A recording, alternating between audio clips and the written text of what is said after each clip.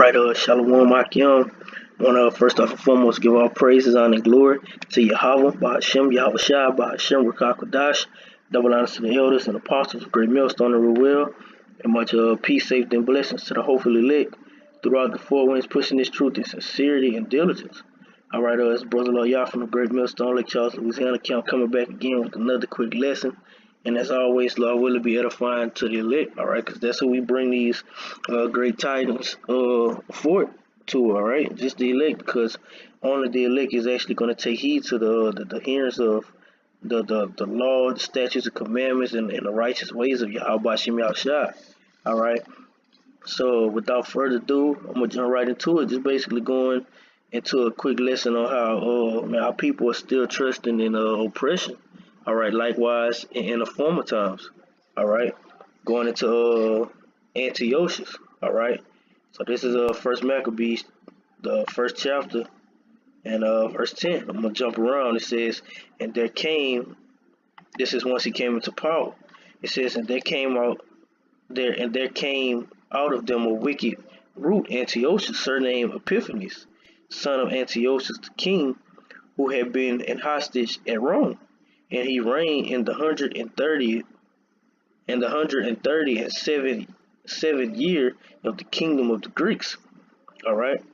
It says, in those days went there out of Israel wicked men, who persuaded many, saying, let us go and make a covenant with the heathen that are round about us. For since we departed from them, we have had much sorrow. All right. And this is how they basically became Gentiles. All right. It says, let me jump to, okay, I'm going to start to verse 13. I'm going to just read it through. It says, so this device pleased them well. Then the certain people were so forward herein that they went to the king and gave them license to do after the ordinance of the heathen. All right. And that was what? Unrighteous decrees. You know, unrighteous decrees for them to do wickedness, because they know that what they were governed under the law, statutes, commandments of Yahweh Shem Yahushua. Yeah, but what they went to make intercession with the heathen and take upon their customs. All right, it says, whereupon they built a place of exercise at Jerusalem according to the customs of the heathen, and made themselves uncircumcised. And this is not speaking of the physical circumcision, all right, with the foreskin, but it's speaking of the spiritual, all right, making them that their minds basically conform to the heathenistic customs. All right, it says, and forsook the holy covenant.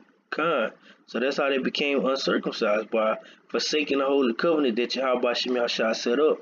It says, and joined themselves to the heathen. All right, and joined themselves to the heathen. Grab a quick precept. This is Proverbs 11 and verse 21. Though hand join in hand, the wicked shall not be unpunished, but the seed of the righteous shall be delivered. All right. So by you Israelites, all right, who are the Gentiles, all right, you Israelite foreigners, by you taking on the customs of the heathens, all right, not only will you be destroyed, but they will be destroyed also. All right, they will not go unpunished for the wickedness that they brought forth. Because when we go back to what verse 10, it says, and there came out them a wicked root. All right, so that wicked root that Antiochus brought forth, and it sprung throughout the world. All right, throughout that place where he was in rulership over.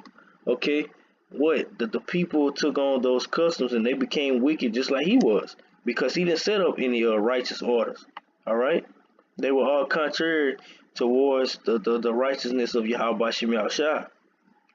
All right, so it says, and they gave them license to do after the ordinances of the heathen, whereupon they built a place of exercise at Jerusalem according to the customs of the heathen, and made themselves uncircumcised, and forsook the holy covenant, and joined themselves to the heathen, and were sold to do mischief.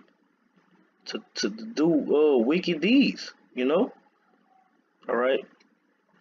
Jumping to verse 30. It says, let me see.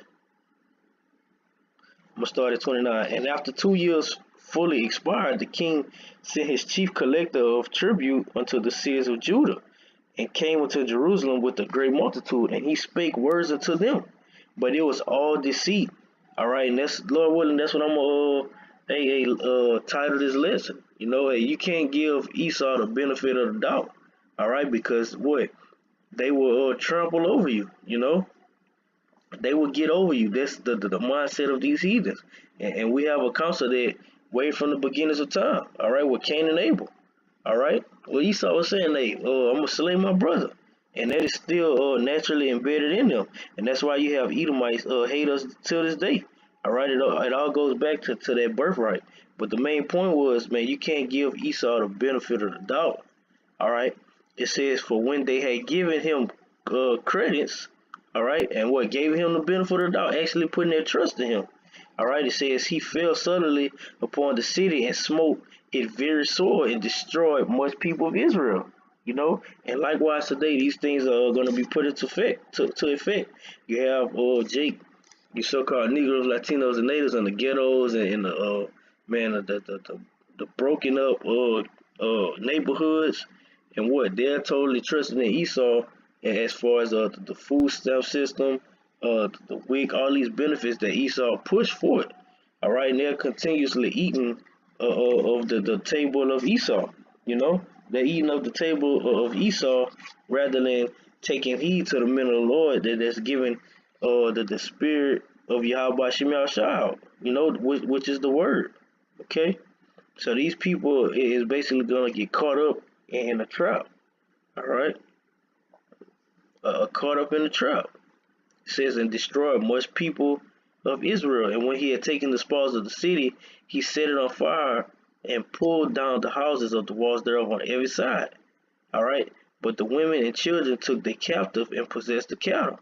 All right. So these things is man, you can't let Esau trample you, and basically you can't get caught up in his ways and the media that he pushes. All right, because all these things is actually going to backfire on you people. This is a Psalm 62:10.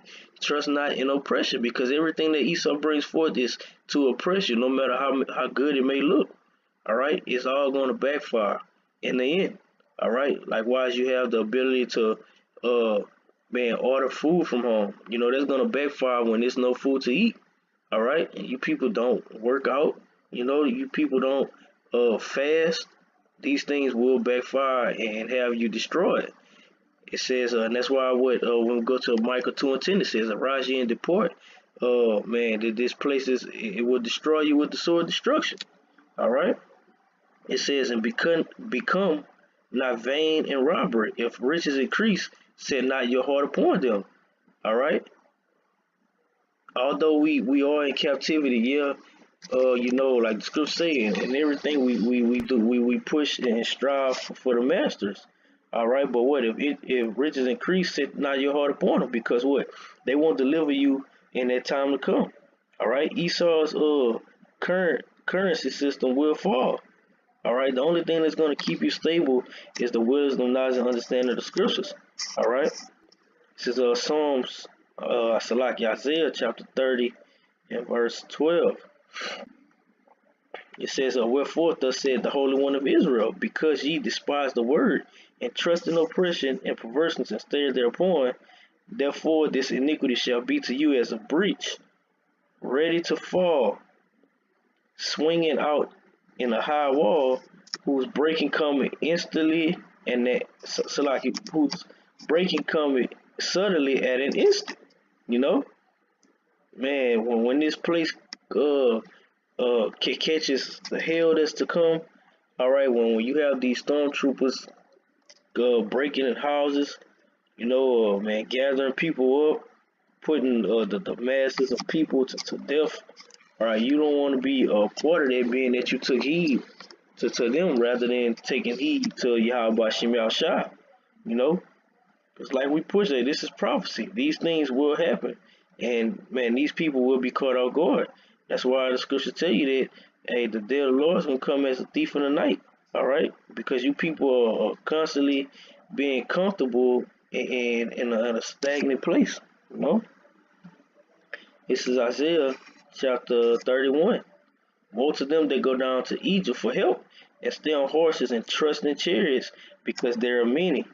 All right, and in horsemen because they are very strong. But look not unto the Holy One of Israel, neither seek Yahweh Bashem Yahushua. You know, so what?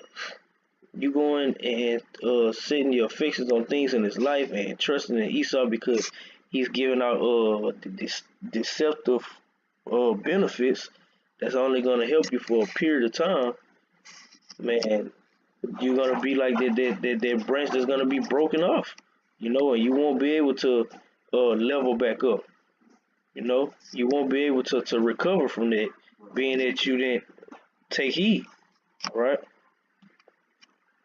This is Psalms chapter 10 and verse 10. So like I'm gonna start at 7. His mouth is full of cursing and deceit and fraud. Under his tongue is mischief and vanity. You know, and it tells you what Esau cometh out of the womb. He's exchanged from the womb speaking lies. You know, it says he sitteth in the lurking places of the villages, and the secret places doth he murder the innocent. His eyes are privately set against the poor. Privately, Esau is smiling in your face and act as if he's cool and he wants to be your friend, but deep down in his spirit, he hates you Negroes, Latinos, and natives. All right. And it's been like that from the beginnings of time. It says he lied and wait secretly as a lion in his den. He lied and wait to catch the poor. He does catch the poor when he draw him into his net, that trap. You know, so everything around you that's temporarily seen is to basically catch you in a trap for the times of Jacob's trouble. You know, because what? Going to Revelation 12 and 12, the devil know that he have a short time to rule, so he's gonna come down on you even more harder. You know, Esau is gonna come with great wrath because he know he has a short time to rule, and that's part of the trap. You know, it says he crouched and humbled himself. You know, just going back to First Maccabees, it say he he spake peaceable words unto them, but it was all deceit. You know, it was all deceitful things, and that's Esau. That man, that's that spirit of Edom for you. You know, that the poor may fall by his strong ones. He has said in his heart, the Most High have forgotten. He hideth his face; he will never see it. All right, but that's a lie. You know, that's a lie because Yahweh Shema Shah required to pass, and they must give account for that.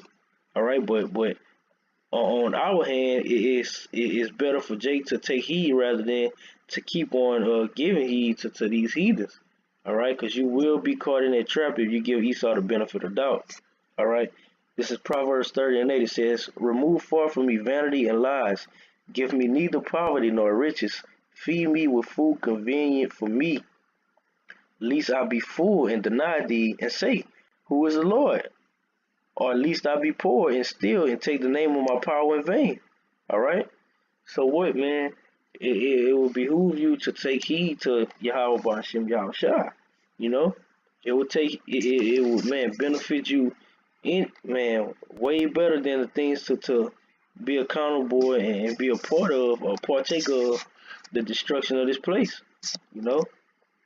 And this should be the mindset of you Jakes. Feed me with the food convenient for me. You know, the food that's going to keep you stable when all hell breaks loose. All right, rather than the temporary lies that's only going to fill you up for the moment. All right. So with that, man, hey, Lord willing, this was edifying to the elect. Hey, don't give Esau the benefit of the doubt. Be in his captivity, just hey, play it how it go. All right. So with that, man, I want to give all praises, honor, and glory to Yahweh, by Hashem, Yahushua, by Hashem, Rakakadash. Double honors to the elders and apostles, a great millstone of well, and much peace, safety, and blessings to the hopefully elect throughout the four winds, pushing the truth and sincerity and diligence. Shalom.